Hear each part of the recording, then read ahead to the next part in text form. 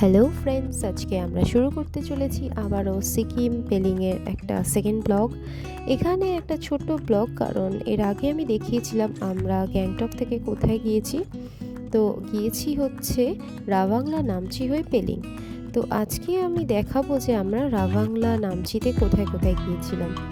গ্যাংটক থেকে আমরা পেলিং গিয়েছি রাভাংলা হয়ে, সেখান থেকে মোটামুটি আমাদের সময় লেগেছিল 5 ঘন্টা পেলিং পৌঁছাতে, আর গাড়ি ভাড়া পড়েছিল 5,700। তো গ্যাংটক থেকে প্রায় আরেকটু উচ্চতায়, মানে 7,000 ফিট উচ্চতায় সাউথ সিকিমে রাভাংলার বুদ্ধ পার্ক অবস্থিত রয়েছে। এই বুদ্ধা পার্ক কিন্তু খুব সুন্দর, যেখানে 130 ফুট একটা গোল্ডেন বুদ্ধা রয়েছে, যেখানে আরও মেডিটেশন সেন্টার, গার্ডেন রয়েছে। তো এখানে তোমরা সকাল 9টা থেকে বিকাল 5টা পর্যন্ত কিন্তু অনেকটা টাইম কাটাতে পারো। আর ইন্ডিয়ানদের জন্য এন্ট্রি ফি হলো 50 রুপিস, আর ফরেনার্সদের জন্য তো আলাদা থাকেই। তো এইখান থেকে কিন্তু মাউন্ট নার্সিং আর মাউন্ট কাঞ্চনজঙ্ঘা খুব সুন্দর করে দেখা যায়। ভিডিওটা দেখলেই বুঝতে পারবে। আজকে ওয়েদার মোটামুটি এখনো পর্যন্ত ক্লিয়ার ছিল, কিন্তু কাঞ্চনজঙ্ঘা আমরা দেখতে পাইনি। তো জানি না পেলিং থেকে দেখতে পারবো কতটা। তো খুব সুন্দর, মানে এখানে আসলেই এই তথাগত স্থলে আসলে লর্ড বুদ্ধার স্ট্যাচুটা দেখলে সত্যিই মনটা ভরে যায়। তো এর ভেতরে কিন্তু খুব সুন্দর একটা মেডিটেশন সেন্টার আর সুন্দর মিউজিয়াম আছে। তো আমি তোমাদেরকে পুরো জায়গাটা ঘুরিয়ে দেখাচ্ছি। যারা যারা গেছো তারা জানো, আর যারা যাওনি তারা শীঘ্রই কিন্তু জায়গাটা ঘুরে আসবে। খুব সুন্দর। আর এই পার্কটা কিন্তু 14 দালাই লামা, মানে এই বুদ্ধা স্ট্যাচুটাকে কিন্তু ইনসিক্রেট করেছিল, মানে এটাকে সিক্রেট হোলি প্লেস হিসেবে ঘোষণা করা হয়েছিল সেই সময়। খুব সুন্দর। তো তোমরা সামনে গেলে আরও বেশি করে জিনিসটা ফিল করতে পারবে। এত সুন্দর কাজ করা, এত সুন্দর করে কালার করা, মানে জাস্ট শুধু দেখেই যেতে হবে। বুদ্ধা পার্ক থেকে বেরিয়ে আমাদের গাড়ি সোজা চলে গিয়েছিল সিকিমের একমাত্র organic tea estate Tammy tea garden. তো এর পেছনে একটা গল্প বলি। 1969 সালে সিকিমের লাস্ট রুলার ছিল কিং পালডেন থন্ডুক নামগিয়াল, যিনি কিন্তু এই টেমি টি গার্ডেনটা স্থাপন করেছিলেন। আর এটা সিকিমের একমাত্র অর্গ্যানিক টি স্টেট। এই টেমি টি গার্ডেন প্রায় উচ্চতায় 6,400 ফিট, আর এটা নামচিতে অবস্থিত।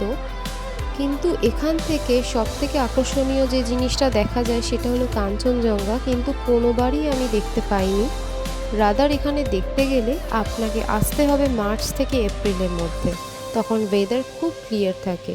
তো এখন দেখতেই পাচ্ছেন ওয়েদারটা কেমন, বৃষ্টি হয়েছে একটু আগে, আর চারিদিকটা পুরো ফগি। তো এখানে আমরা চা খেতে পারি, মানে টি টেস্টিংয়ের ব্যবস্থা আছে, কিন্তু সেটা এবার ডিপেন্ড করছে যে বানাচ্ছে তার উপর। আর এখানে সামনে ছোট ছোট দুটো রেস্টুরেন্টও আছে, যেখানে আপনি ফ্রায়েড রাইস বা যে কোনো চাইনিজ ধরনের জিনিস আপনি খেতে পারেন। তো আমরাও সেরকমভাবেই খেয়েছিলাম। তো এই টেমি টি গার্ডেনের যে কথা হলো, এখানকার এন্ট্রি ফি যেটা নেয় সেটা আমার মাঝে মাঝে অতিরিক্ত লাগে। যাই হোক, আপনারা ঘুরে এসে বলবেন কেমন লাগলো। তো এখান থেকে আমরা চলে গিয়েছিলাম আমাদের নামচি কিংবা সাউথ সিকিম ঘোরার লাস্ট জায়গা, সেটা হলো চারধাম। সেই চারধামের কি মাহাত্ম্য বা চারধাম কেন নাম দেওয়া হয়েছে সেটা বলি। এই চারধাম হলো 5 কিলোমিটার নামচি থেকে আরও দূরে সোলুফোক হিলসের উপর অবস্থিত। এখানে 87 ফিটের একটা বিশাল বড় শিব রয়েছে। তো সেই শিবটা হলো এখানের আকর্ষণীয় বিষয় শুধু নয়, এখানে কিন্তু আমাদের ভারতবর্ষের যে 4টে মেন ধাম রয়েছে, লাইক বদ্রীনাথ, দ্বারকা, পুরী ও রামেশ্বরম, এদের কিন্তু রেপ্লিকা। শুধু এই 4 ধামের রেপ্লিকা যে আছে তা না, এর সঙ্গে কিন্তু দ্বাদশ জ্যোতির্লিঙ্গেরও রেপ্লিকা করা রয়েছে। তো সেগুলো কিন্তু অসাধারণ।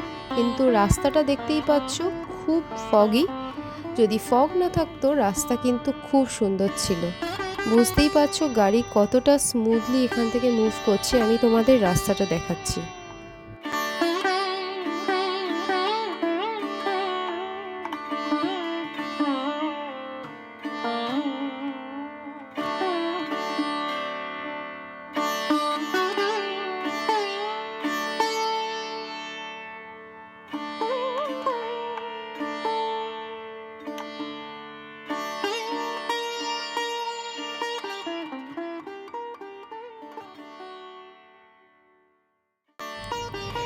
এই সুন্দর রাস্তা পেরিয়ে আমরা অবশেষে পৌঁছে গিয়েছিলাম নামচির লাস্ট আমাদের ট্যুরিস্ট স্পট চারধাম।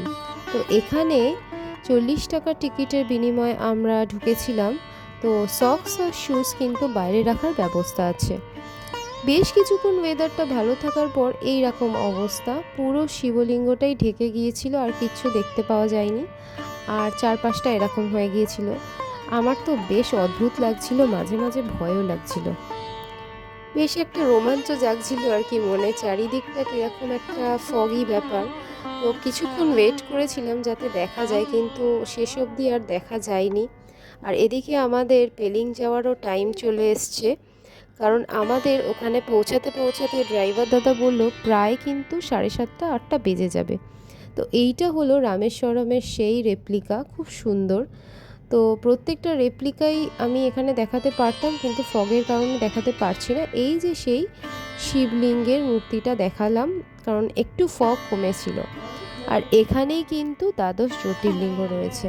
এখানে চাইলে আপনারা অনেকক্ষণ কিন্তু কাটাতে পারেন, কিন্তু আমাদের কাছে বিশেষ সময় নেই বলে আমরা কিন্তু মোটামুটি 45 মিনিটের মতো এখানে ঘোরার মতো টাইম পেয়েছিলাম। তার মধ্যে আদিত্রিকে যতটা ঘোরানোর ঘুরিয়েছিলাম, কারণ এই চারধাম, টেমিটি গার্ডেন, বুদ্ধা পার্ক আমরা 2019 সালে কিন্তু একবার ঘুরে গিয়েছিলাম, শুধুমাত্র আদিত্রিকে ঘোরানোর জন্যই আবার ঘুরে দেখা। তো সাথে আপনাদের সাথেও শেয়ার করলাম যে এখন স্টেটাসটা কীরকম আছে সিকিমের। তো এরপর আমাদের গাড়ি প্রচণ্ড খারাপ এবড়ো খেবড়ো রাস্তা দিয়ে অবশেষে পৌঁছে গেল পেলিং, মানে আপার পেলিং, যেখানে আমাদের হোটেল অবস্থিত। সেই হোটেলের নাম হলো হিডেন হাউস ফেয়ারভিউ। তো এর পরের এপিসোডে কিন্তু আমি দেখাবো যে আমাদের হোটেল থেকে আমরা কি অসাধারণ অপূর্ব কাঞ্চনজঙ্ঘাকে দেখেছিলাম, তার একটা ছোট্ট ঝলক আপনাদেরকে এই পার্টেতেই আমি দিয়ে দিচ্ছি। তো পরের পার্টটার জন্য কিন্তু অবশ্যই অপেক্ষা করবেন, আর লাইক, শেয়ার, সাবস্ক্রাইব করতে ভুলবেন না। Bye bye.